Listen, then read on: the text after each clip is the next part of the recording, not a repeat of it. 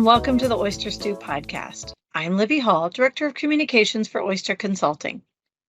In our previous podcast about strategic planning for 2023, Oyster Consulting CEO Buddy Doyle and Head of Business Development David Williams talked about challenges we are hearing from our clients, from managing the effects of industry trends and technology all the way to succession planning. In today's Oyster Stew podcast, Buddy and Dave continue their conversation, sharing their thoughts on recruiting top talent and multi-generational wealth management clients, and some risks to consider along the way. We'll pick up where Buddy and Dave left off. Well, thank you, Libby. Welcome, everybody, to Oyster Stew. I'm Buddy Doyle. I'm the Chief Executive Officer of Oyster Consulting, and I'm really pleased to be joined today by our Head of Business Development, Dave Williams. So another hot topic that has come up lately has been about attracting talent and retaining your employees. And I think that there's a couple of things that go along with that, but Dave, I know you spend a lot of time thinking about how we bring in the next generation of leadership in different organizations. Can you talk a little bit about sort of where firms are focusing and what they're trying to accomplish? Yeah, Buddy, absolutely. So many of the firms that we talk to, the ownership, I'll just say, is up there in years. And we talked a little bit about succession planning earlier, but as you are looking to attract younger individuals into your firm, and that could be in the form of part of your support staff, your management team, your leadership team, or it could be financial advisors. That's an important element of keeping a firm as an ongoing entity. We've seen less of an attraction to our business, I think, in the last decade or so than in decades before that, where it was fairly easy to attract young talent into our business. But I think that's changed a little bit. I think it's harder to get experienced individuals into our business, and we can talk a little bit about specifically around the compliance side of the business. But I would say in general, most firms aren't thinking about attracting new young talent because they're so buried into the day-to-day activities of their firm. But if your focus and your goal is to keep your firm as an ongoing entity, you need to attract younger people into your business. Yeah, and I think it is a bit of a different animal, but I've always found it interesting that recruiting is a business. Recruiting is a process, and there are people that are really, really great at it, and they have certain methods about going about it. I do think you have to be deliberate in your recruiting. I think if you're trying to attract younger talent into your organization, you have to ask yourself, what am I attracting them to? How do I become the kind of firm that would attract folks into the business? And that's an interesting question to ask yourself sometimes, is what do I have to do different? It's also a great time to look at yourselves introspectively from a management and an ownership standpoint. To your point, Buddy, is what is attractive, what is exciting about joining your firm? Have you taken a step backwards and kind of done that critical look of your firm and maybe put yourself in the shoes of a younger person who potentially can join your firm? What would be the reason that person would want to join your firm? What is the growth possibilities from a career standpoint within your firm? What is kind of that next step process? Because certainly everybody looks when they join a firm, they kind of know what's straight ahead of them, but everybody's always looking for that next career step, that next promotional step. Do you have that kind of vision or that kind of transparency within your organization where that can easily be seen by a younger person, where they know that there's other career steps within your organization? And I also, you when you said recruitment, buddy, my mind immediately went to financial advisors. And recruiting financial advisors is also a full-time job. I've seen so many firms that want to grow by adding new financial advisors, and that makes perfect sense. But how are you going about with that activity? Do you have a dedicated person where the majority of that person's job is recruiting? Recruiting is not a part-time job, especially if you're a smaller organization that cannot compete with some of the financial incentives that larger organizations throw at potential recruits out there. And that just puts into play how important it is, if you don't have those financial dollars to recruit, what is going to attract a financial advisor to your firm if those financial incentives aren't there compared to some of the larger firms out there. There has to be a cultural reason why an advisor wants to join your firm that transcends the dollar aspect of it.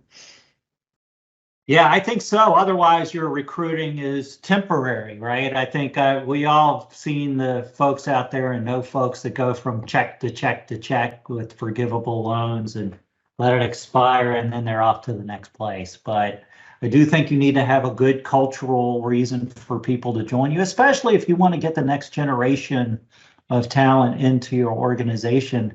It does seem like folks are driven by different things that aren't 100% financial. And well, some are. Some people will make 100% decision on financials. You've got to figure out who you want, how you want to bring them in, and how you want to make them happy and keep them. So yeah, and I think there's certainly an element that the financial consideration for the financial advisor is very important. But we're seeing many more advisors now looking at what their last career step might look like, and the financial part of it is not necessarily at the top of the list. This whole concept of independence, which can mean many different things, I think is really what is getting the attention of a lot of the financial advisors out there. There's a lot of different alternatives, a lot of different business models where instead of the firm being promoted with the business, the financial advisor is hanging his shingle or her shingle out in front. And that's a very important consideration, because that equals ownership of their respective practice as they go forward.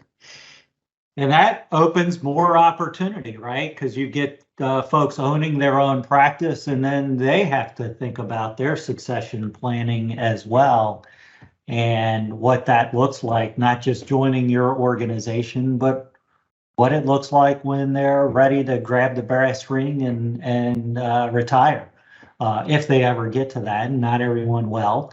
But I think that it opens up a different kind of conversation about recruiting, which is recruiting in bulk through acquisitions, which is another thing to consider out there. And when margins are compressed and fees are compressed, scale matters more. And there are, sometimes you're looking at your organization and your growth goals, and it's hard to do that pulling in one person at a time.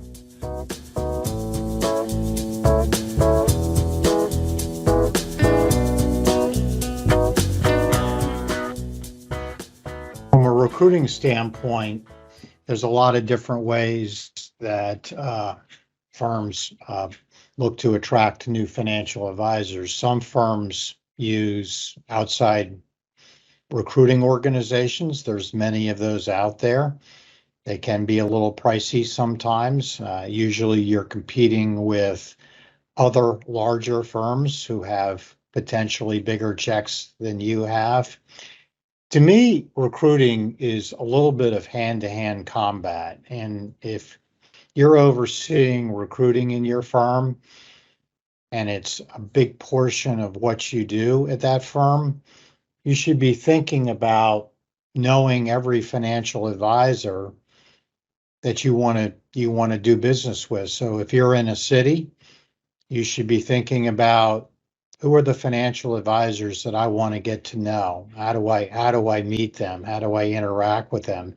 Chances are they're probably happy where they are, but you're waiting for that event in their lives. And we all know events always are occurring where that first phone call they make is to you because you've built up a relationship with them. They've gotten to know you. They've gotten to know your firm a little bit.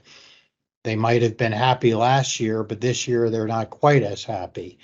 You've already established that relationship with them, so you're already a lead candidate from a recruiting standpoint. It's a lot of work. It's a lot of breakfasts. There's a lot of lunches and dinners. There's a lot of meetings to build up those relationships. But I can't think of a better way from a recruiting standpoint is to interact with those advisors out there that you want to do business with or have join your firm. Yeah, and I think understanding how they like to interact is really important as well, right? To make sure that you're pulling in the kinds of folks that you can support and help. And I do think it is a long-term strategy of recruiting. The best recruiters I've seen do it exactly the way you described, Dave. And it is an ongoing process of continuously reaching out in the way that matters to the recruit. So it is absolutely a process is a good word to describe it, buddy. It is a process and it takes a fair amount of time and there's a lot of diligence required to keep in touch with those individuals that you in the future want to have join your firm. It's just it's a fair amount of work. It's tough work. Yeah, especially if you're trying to get the best ones. Because that's right, Dave, I agree with you 100%. It is really hard to get a successful advisor to move because they're successful. So why would I change? So I think those are all things that are really important to consider and be circumspect about your message. And ask yourself, if I was sitting in that other person's chair, I think we all have our perspective on things. It's hard to get the other person's perspective on a topic, but you need somebody around you that can share that.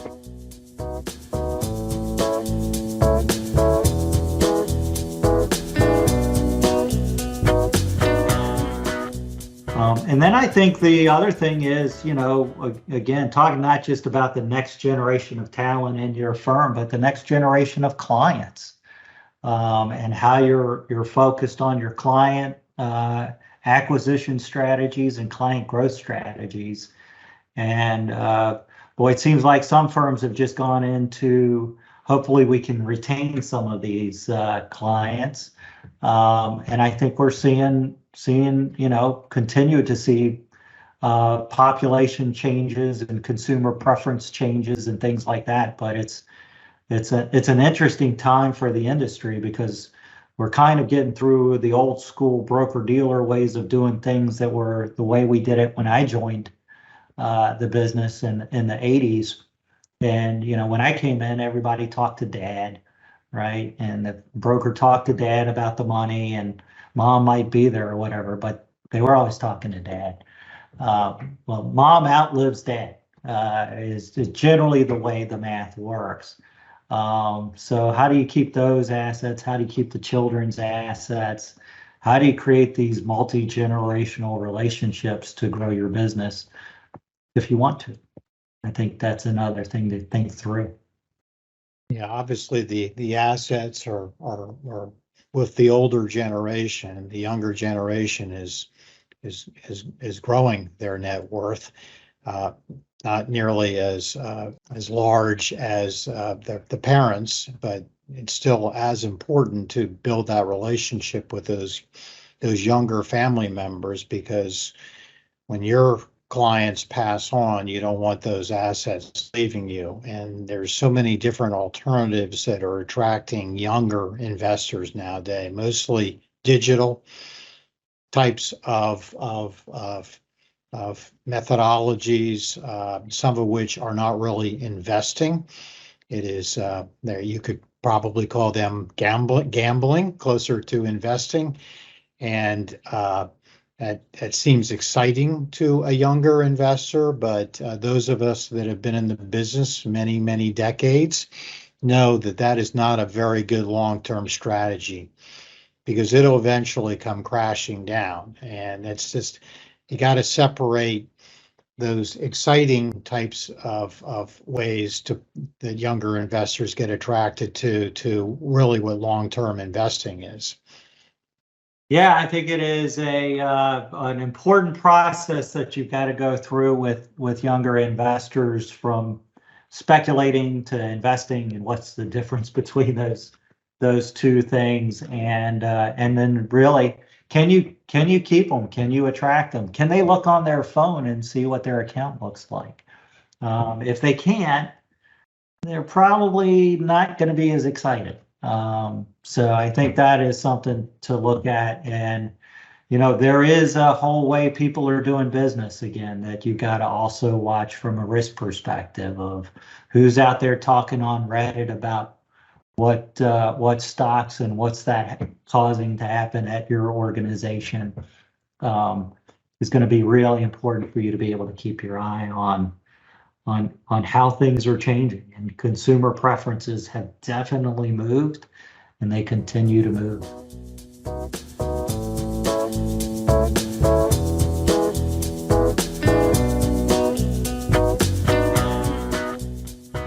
So, it's hard to change your business process to become a digital provider of services to your clients without talking about cybersecurity. And not just with your clients, but with your employees as well. As we've seen, there's a lot more people working out of their homes than there used to be. Some firms have gone hybrid, some firms are 100% in the office. But I think by and large, we've seen a much larger population working remotely. And that gets into cybersecurity and the seriousness of the impact that you can have from a cybersecurity perspective. If you've never been through a breach before, it's an interesting exercise to go through, and one that you need to be prepared to go through. But Dave, have you heard any firms talking about sort of cybersecurity and sort of there's a reputational risk that obviously goes with that, if you think about Target and all that stuff from years gone by. But what are firms doing there? It's not only cybersecurity within your business and your organization, which is certainly paramount in importance, but where you're also at risk is the cybersecurity of your clients. Probably millions of times a day, bad individuals are trying to hack into your clients' email accounts, and a lot of clients interact with their firms via email.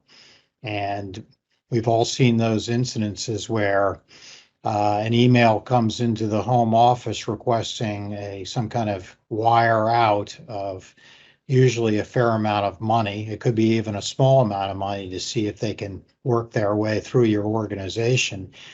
Almost every firm has policies and procedures to prevent this from happening, but all it takes is one situation where one of your support staff does not follow that policy and procedure and wires out that money, and it's usually gone forever. So you think about policies and procedures within an organization critical element, but are you making sure that they're being followed on a periodic basis? Because all it takes is one situation where that person doesn't follow it and the money's wired out, and Yeah. it's usually a pretty big loss.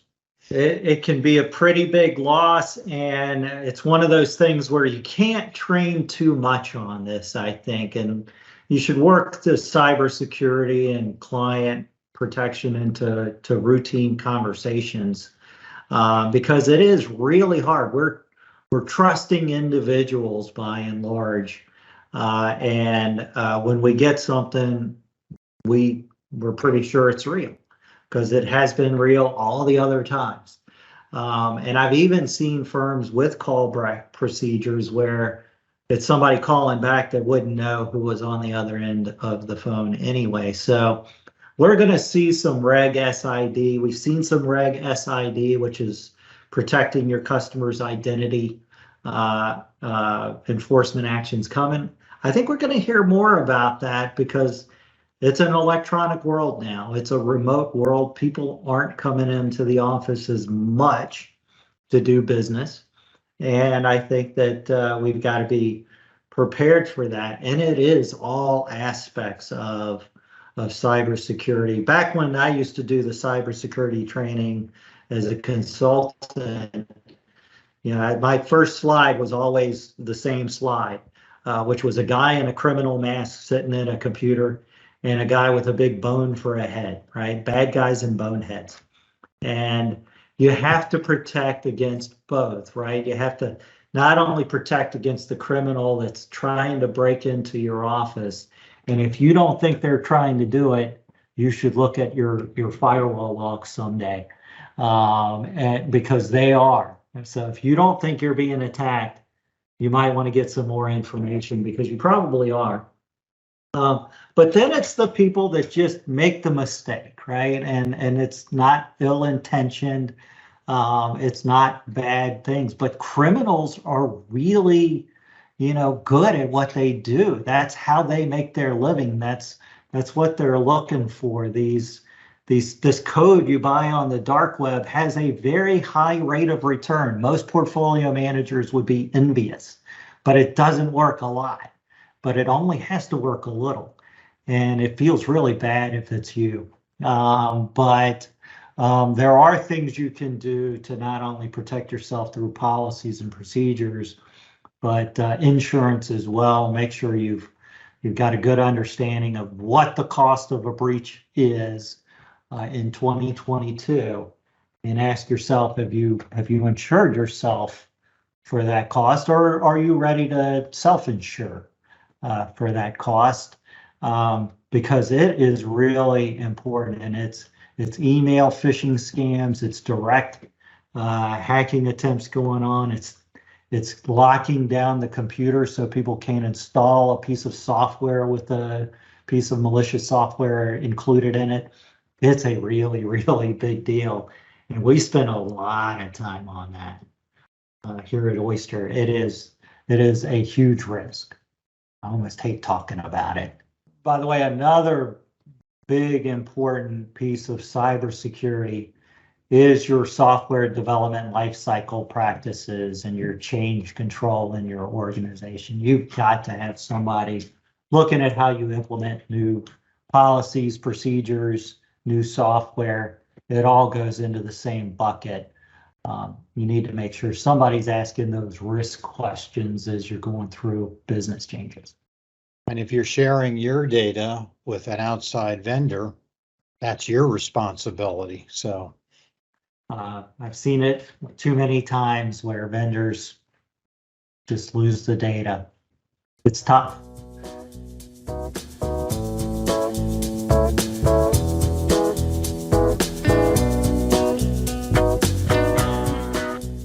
So that's all the time we have for today. Thanks for listening. We really do appreciate it, and we hope you'll tune back in for future podcasts. Thanks, everyone, for listening. If you'd like to learn more about our experts and how Oyster can help your firm, visit our website at oysterllc.com.